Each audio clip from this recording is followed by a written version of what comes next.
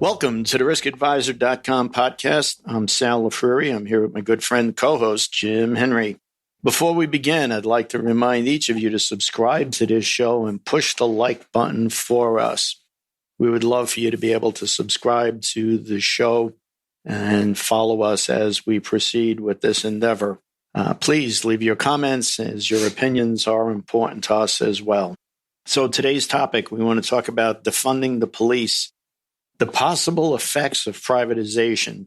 We don't want to have this political conversation about defunding the police. What we do want to do in this episode is to talk about dealing with the effects of privatization, or when you run into a situation when you don't have the reliance upon law enforcement to be able to respond in a timely and an effective manner. What are the building owners and managers and security directors? What are the issues they're going to be faced with, and what are some of the solutions that they may be able to have? So, Jim, I know this is a relatively sensitive topic for both of us, but with respect to the audience, the people who are listening to this, what do you think about, in all your years of experience, what do you think about this whole concept of privatization for law enforcement? Well, we touched on this in an earlier session. All of the systems for the decade that I've been in the business, have been designed to provide actionable intelligence to the local building, security teams, and with the knowledge that they have the backup of local law enforcement, should they see an incident developing or have an incident develop, very quickly. And it's a given that the law enforcement would respond almost in, seconds, if not minutes, for, many of our, larger customers, particularly in New York City. What we've seen now develop over the last few months is really calling into question whether that's going to be there. And of course, that and CEOs of these corporations always have to have a contingency plan. Now it's going to be, well, what if that's not going to be the case? Do we have to have a plan B? That becomes even maybe a plan A. And what does that mean for the liabilities that they may assume by having, private guard services, whether they be armed or unarmed, acting on behalf of what normally would fall to the authorities? So today's guest is someone special to me. Jim is my best friend in the whole wide world, and a guy who, coming out of law enforcement, we don't trust everybody or anybody. And this is the one guy in the world that I just trust implicitly. Jim Burke is a trial lawyer who focuses his practice on the defense of complex, high-exposure premises, security guard, construction, auto, and general liability claims in New York State and federal courts. Jim has also defended product liability, lead poisoning, and medical malpractice claims during his career. As his bio states, drawing on his finely honed investigative skills, of which I can attest because Jim and I were partners together at one point in our career, he developed as a detective sergeant with the New York City Police Department. He's often brought in on cases preparing for trial and mediation to ensure that all key issues and possible defenses have been uncovered. So, Jim, it is my pleasure to welcome you to the show. Thank you, Sal. Thank you, Jim. Thank you for having me. And, what I'd like to do is just, help you and Jim out with what the contractual and insurance issues might be when the decisions might be made to get private security when it's not clear that the police will be there to help.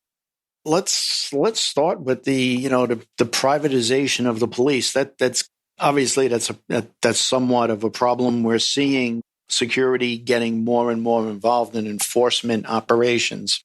What are some of those problems that pop up that the end users should be, are going to be contained, dealing with? Sure. Well, from the perspective of not so much for me to talk about how much security you should have, an entity should have, or what security company, there are a couple of themes that run through every single transaction or contract when a landowner, premise owner needs to get private security they think they'd have.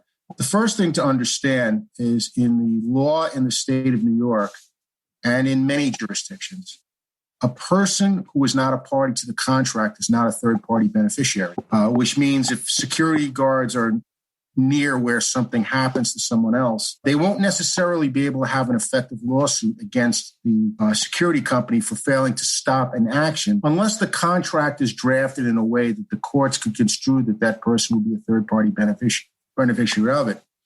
So the drafting of the security contract between the security company and the landowner is extremely important. It will control a lot of things if something goes wrong.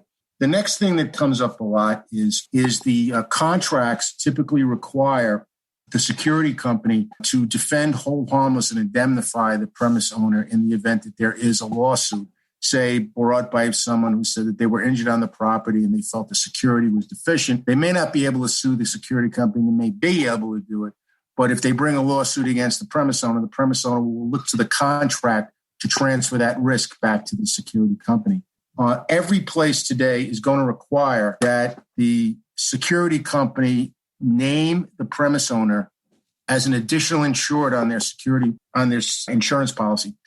And that has not only the effect of making the building owner, obviously, or premise owner an insured, but it also stops the possibility that the security company could have a cross-claim against the building owner, because the law in this state, in every state, is that it's called anti-subrogation. You can't sue someone that you've insured.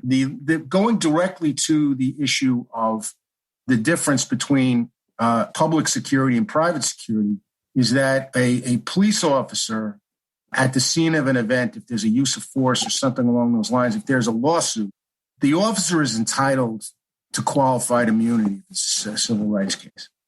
And what that means is it's not enough for a plaintiff to show that the officer did something negligently or improperly. They have to show that the officer's actions were malicious and could not be justified under any rule, under any decent rule. That does not apply to private security at all. Private security does not get qualified immunity. Sometimes you'll see a confluence of this thing going to happen when certain governmental agencies vend out or contract out the security for their facilities to private guard companies, and there's a blend or a mix between private security that's there to augment a police force. This can happen in men's shelters and airports and things along those lines. And if something happens that goes askew, the officer would more than likely be able to have qualified immunity, but whether it will apply to the private person that's assisting the officer would be a question determined after the trial happens by the trial judge. So that is probably one of the biggest things, is that a police officer has an immunity that a private citizen or private guard will never have. Let's just go back for one second.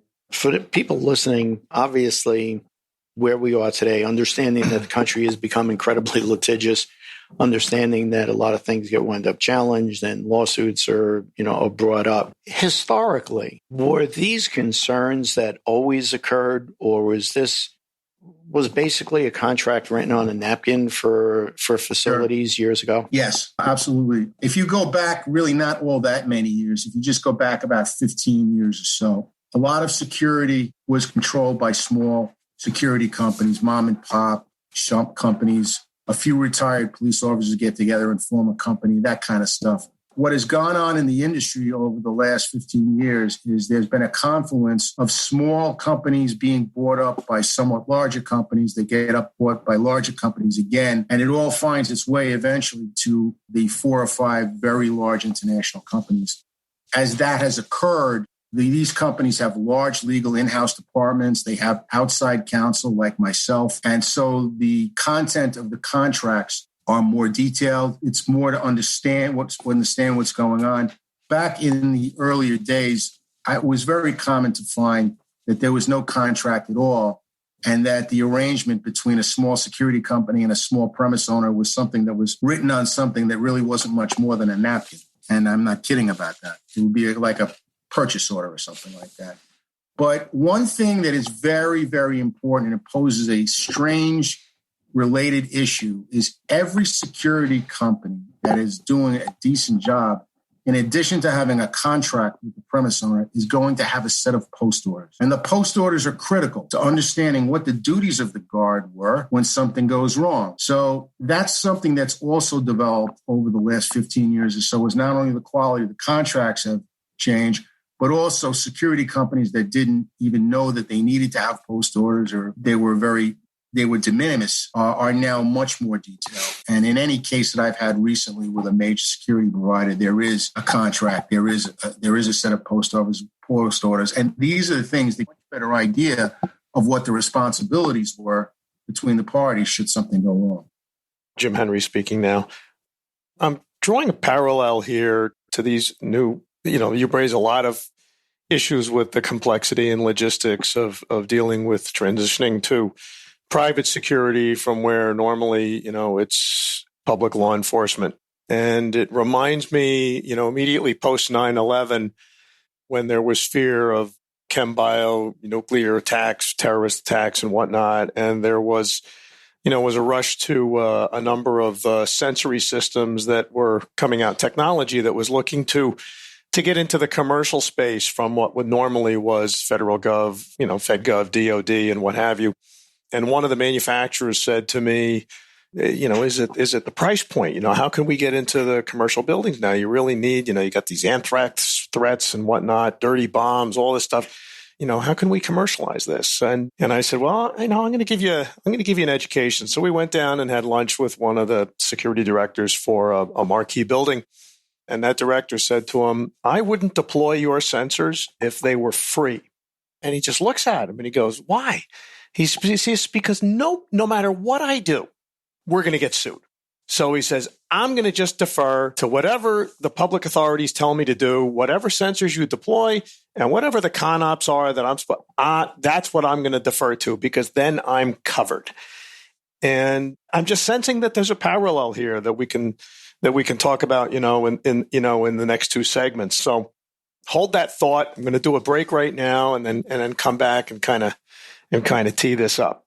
You are listening to the Risk Advisor podcast hosted by Jim Henry and Sal Lafreri. We invite you to comment on our blog and to subscribe and follow us on our social media like Facebook, Instagram, and Twitter. If you are interested in having one or both of us speak at an upcoming event or would like to consult with us, please go to our webpage at theriskadvisor.com to set that up. So picking up on that and the complexity now that it raises when the building owners are much more exposed because they're engaged in hiring these, private guard services, whatnot, again, to, in some cases, replace, let alone augment, but even replace what law enforcement is doing. So does that really drive the insurance certifications that are needed to help mitigate the risks that the owners are going to have in this new capacity? I'll tell you that, a company's insurance run, its claims, will control the cost of its renewal, right? And so they're very, companies are very sensitive to this. But as to your friend with the idea, or the person that said these things about these sensors, the courts will not be moved by what the police may have or may not told you. It's there, but see, if you look at a case like, if you take it directly out of this security situation per se, but you go to a larger thing, I think we all remember the case with Erin Andrews, the sportscaster who had that. The surveillance video that the perp who took the video of her. Right. So there was a huge verdict for Erin in that case. And I actually know the security expert that testified on behalf of the hotel chain in that case and discussed the case with him. With the plaintiffs bringing the case, right, it comes down to, it's almost like the thing from the Watergate hearing. What did you know and when did you know it, right? And there's very much a thing is that you have to maintain security that's within the parameters of industry standards, because that's what you're going to be held to. And sometimes what is and what is not an industry standard is hard to know. For example, the American Society for Industrial Security, which is the biggest security organization in the world, actually does not have any published standards for what security might be. And that comes up in trials, all right? But that said, there will be experts in an event that will say, you should have done this. And then there'll be a defense expert that said, no, you met the standard of care. What you should never do is seek to maintain the minimal standard, right? And that's just something. When you put yourself near the line, then there's always the chance that you're going to be under the line. And so in terms of a building, in terms of a case like Erin Andrews, when there was a guy that snuck a video in, the biggest key thing in Erin Andrews, right, was why did this one particular guy request to have this one particular room, and what knowledge would he have had to do that? And that's what came out, and that's where the verdict came from, right? There was something that alerted or should have alerted the staff at the hotel about why some guy would come up with some obviously fakaka reason about wanting to have a room as opposed to some other room. And it wasn't because of, well, I like the view or something like that, or I don't like to be the elevator. It didn't seem to be any reason. And the idea wasn't that trial is it should have raised a bell, okay? When an interesting thing that really came down, a landmark case in New York, was after the first World Trade Center incident in 1993, a case went up to the New York Court of Appeals, which was based upon the idea that the plaintiff said that there should have been better security at the World Trade Center. And that was the one where they drove the truck into the basement. And the Port Authority and its police department claimed immunity in that case. Private security tried to claim it too.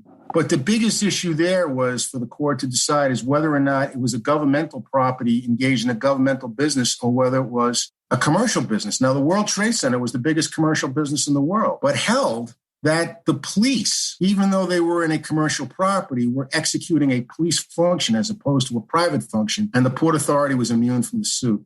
The decision came down about 12 years after the event. So these are concerns. These are, concerns. And so, what is the standard in a place where there's actually no explicit standards? The standard is just try not to be near the line. Try to have an operation that's not hypersensitive, but, when you put your best heads together, when you can show that you anticipated things and you took reasonable steps, you'll probably be all right. Well, that's common sense. And we've had a number of shows trying to use common sense. But, on the other hand, the old adage of no good deed goes unpunished is also true.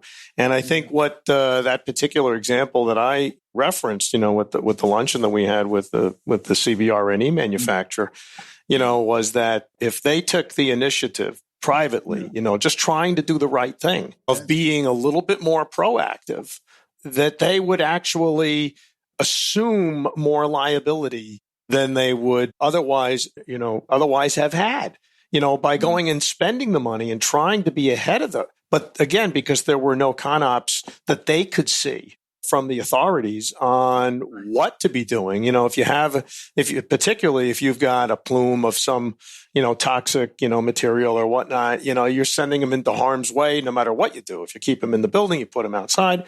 But what you're saying is trying to stay on the other side of that dividing line is equally treacherous.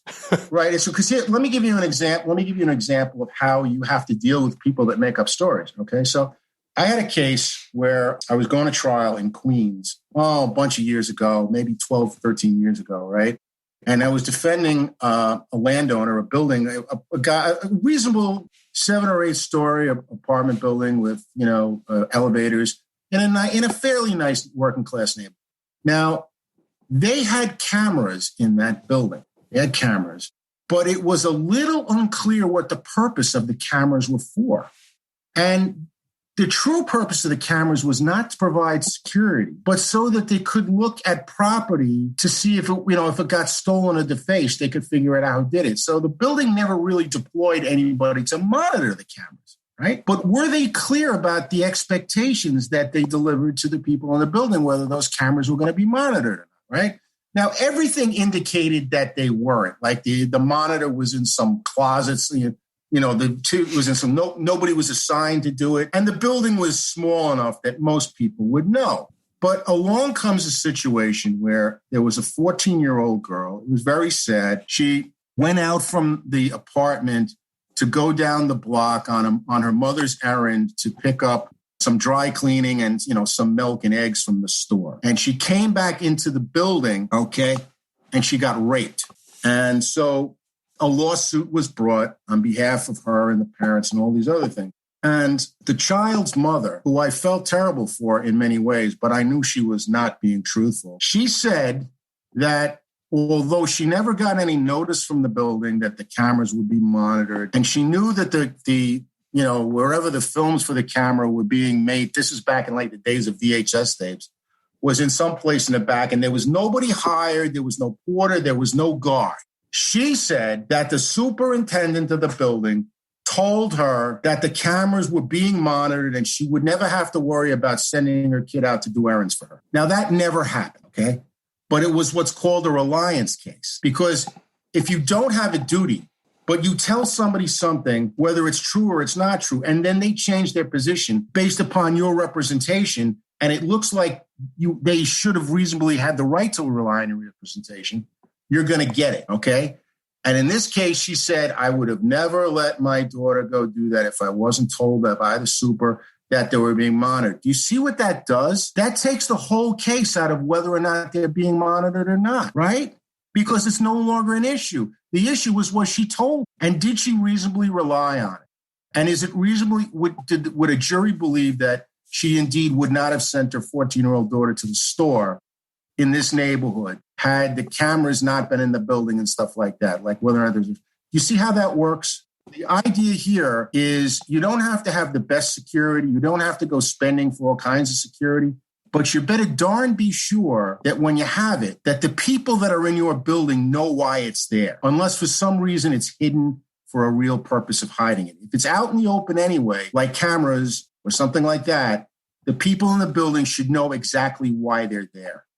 In the old days, because I'm old, when cameras were a couple $1,000s a piece, there was a trend, by some owners to try and, save some money and have, some cameras installed like in elevators and what have you, where they were more expensive because of traveling cables and whatnot, to actually put in dummy cameras.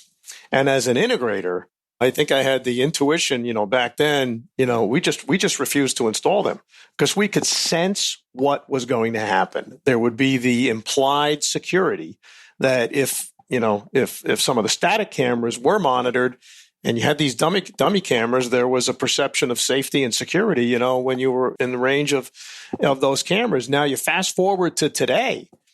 And are we looking at something similar where you do see postings where there are closed circuit surveillance systems, that these areas are monitored and blah, blah, blah. In some parking garages, I note that there's signage there that says that the cameras are not monitored continuously, by a live guard. They're for forensic purposes.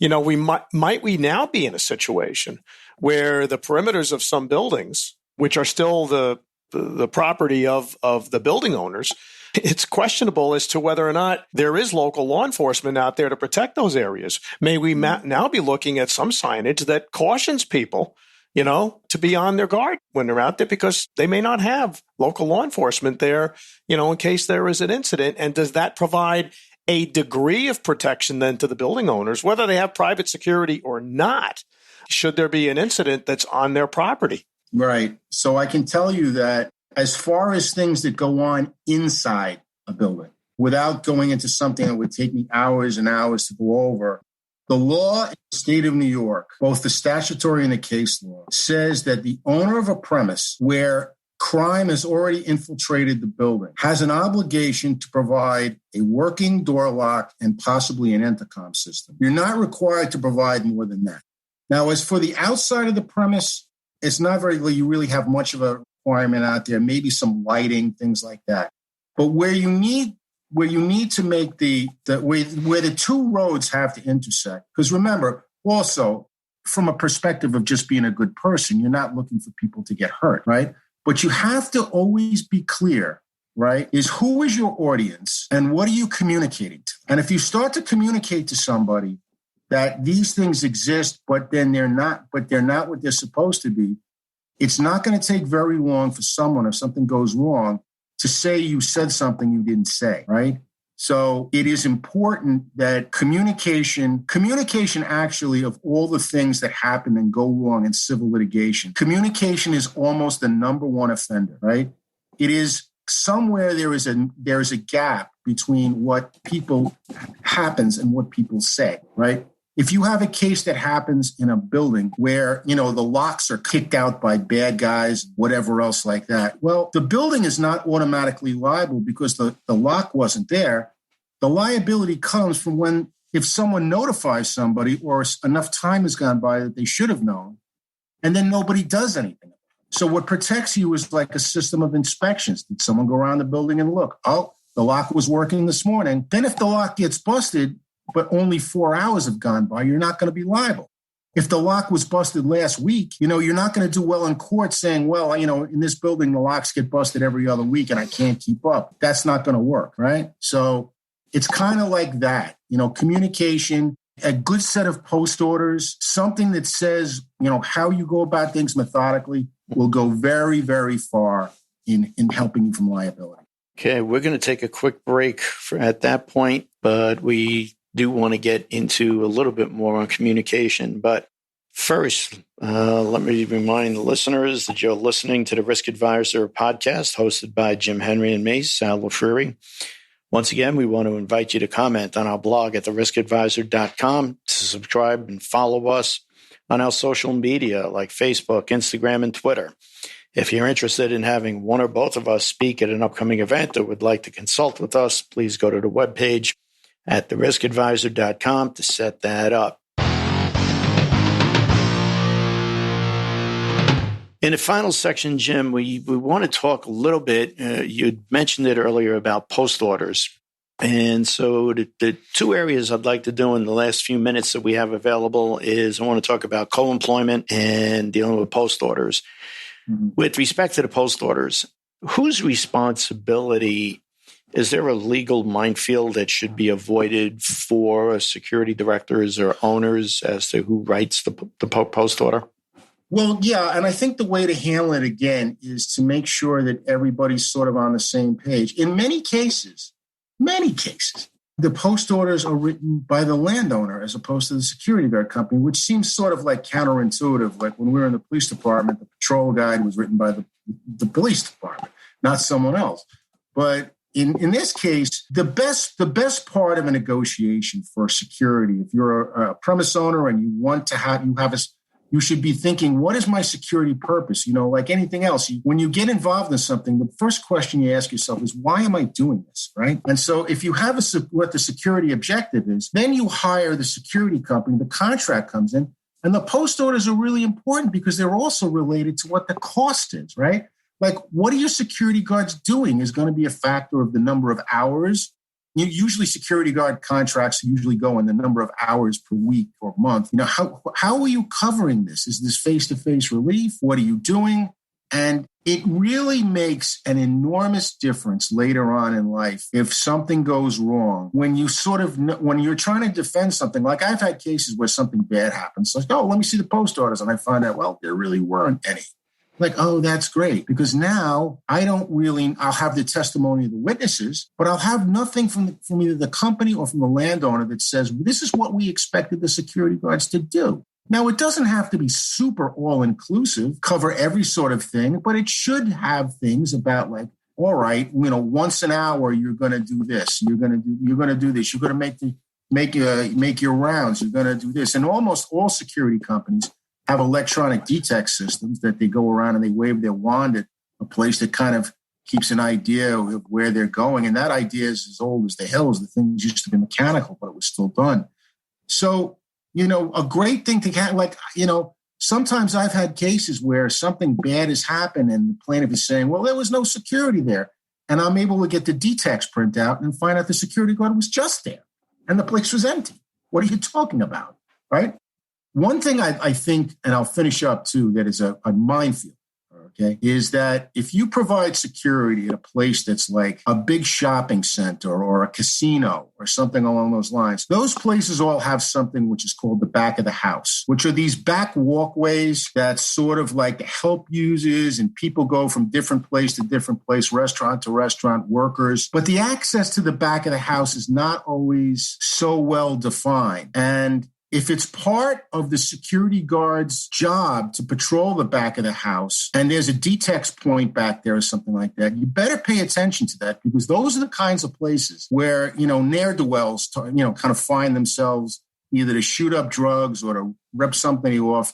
And if you got something going, I will tell you, without telling tales out of school, I had a case one time in another jurisdiction where the claim was a guy was in the back of the house and he shouldn't have been. And then there was a meeting between them that there was a killing. And the guy that was actually in the back of the house, the kid, he was actually sentenced to death, okay? And it was a big deal. The case was a lot. And the case turned on what the security did.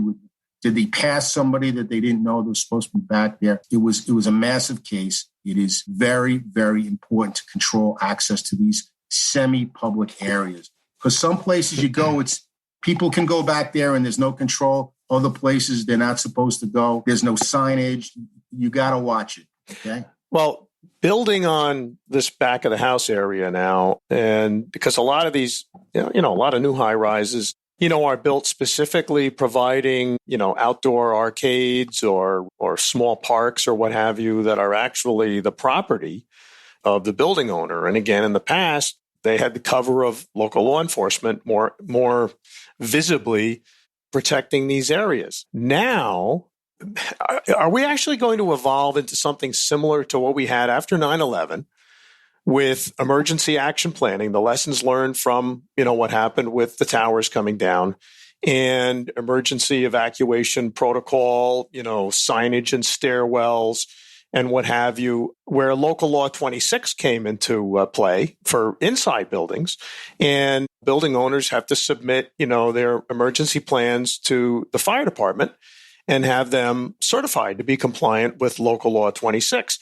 Are we going to look at something similar now for security for these public, semi-public areas or back of the house areas outside the buildings where the post orders are actually submitted to the police department for review and approval, whether that actually becomes part of a city code or whether that is initially done proactively by the building owners? Does that mitigate? Is that a good idea? Does that mitigate, their risk to a degree by at least making the effort to have that protocol, or post orders or whatever submitted and reviewed and approved, or at least acknowledged, by the PD? I can't say to what is going to be a good idea or not, but this is what I can say. We're facing the possibility, if the rhetoric if the rhetoric actually turns into action, that there are political forces saying police should be defunded and the money should be diverted to other places, which we have not identified what those places are. And I wouldn't think for a second that if there's a diversion of funds, that means it's going to go to allow people to buy private security. I'm not going to say that at all. But what I will say is that you can expect that the state of the law will change in that if people no longer have the ready access to police, there will become a common law expectation for the retention of security where one does not exist now. The people are going to go to the civil courts and demand compensation if they are injured as a result of something that happens to them that's violent in a store or a place. And if the police aren't providing security, you can be sure that there will be an enhanced view as to what the expectations are for keeping people safe. There will be a transference of that. I have absolutely no doubt. I've been doing this a very long time. And people are going to want to remain safe. And this will have a ripple effect to other places. And it won't matter. One of the reasons that, say, a building only has to do so many things to keep the tenants safe, and I mentioned earlier, which would be a working door lock and maybe an intercom system or something, is that the law has recognized that these things have to be paid for. And the regular building owner may not be operating on a budget that could allow for the provision of these enhanced kinds of security. And if that didn't work, there'd be no buildings and there'd be no places for people to live. But if the assumption becomes that the police are no longer the primary providers of protection, then you have to almost logically ask yourself, what will happen to people in poor areas where there is prevalent crime? Well, where you have high crime areas, and like you said, you just because a door lock gets broken, every day doesn't mean that the building owner isn't responsible to continue to repair it. So again, looking at these at the back of the house area, the perimeter, of the building, in high crime areas where there's been a clear, record of incidences out there, and the tenants and visitors to a particular building are exposed to that risk. Could we actually be looking at, building owners being challenged as being, negligent by not engaging in armed guard services versus just unarmed guard services? I don't think premise owners will ever become absolutely liable. That happens in some areas of the law with products liability, labor law cases, things like that. You're never going. That's not going to happen. But what you're going to have happen is if society, see, like what the issue, and I think one of the main points for a conversation like we're having here is society right now is obviously changing. And everybody can have their own opinion on whether that's good or it's bad. But you can't deny that it's changed. People need to be safe. People are going to have requirements for security, whether they're provided for by the government or they're provided for something else. And if one doesn't work, you might find that although things like ASIS don't exactly have published standards because they can't, because there's too many different things, too many different entities, you're going to find that the standards are certainly not going to become relaxed, and they will probably become somewhat stringent as to what is because if there's a lawsuit, there's always four components on a tort lawsuit, an injury. There's a duty, there's a breach, there's proximate cause and damages, right? So if the duty is there, if we assume that the situation is the duty is there, then the biggest question is always going to be what constitutes a breach? And that's where the change is going to be on that second prong. What constitutes a breach of duty? That will change. I guarantee it. As Joe Namath said, I guarantee. Well, I think this is going to be a good place for us to stop. Jim, thank you so much for taking the time and coming on with us to chat about these topics.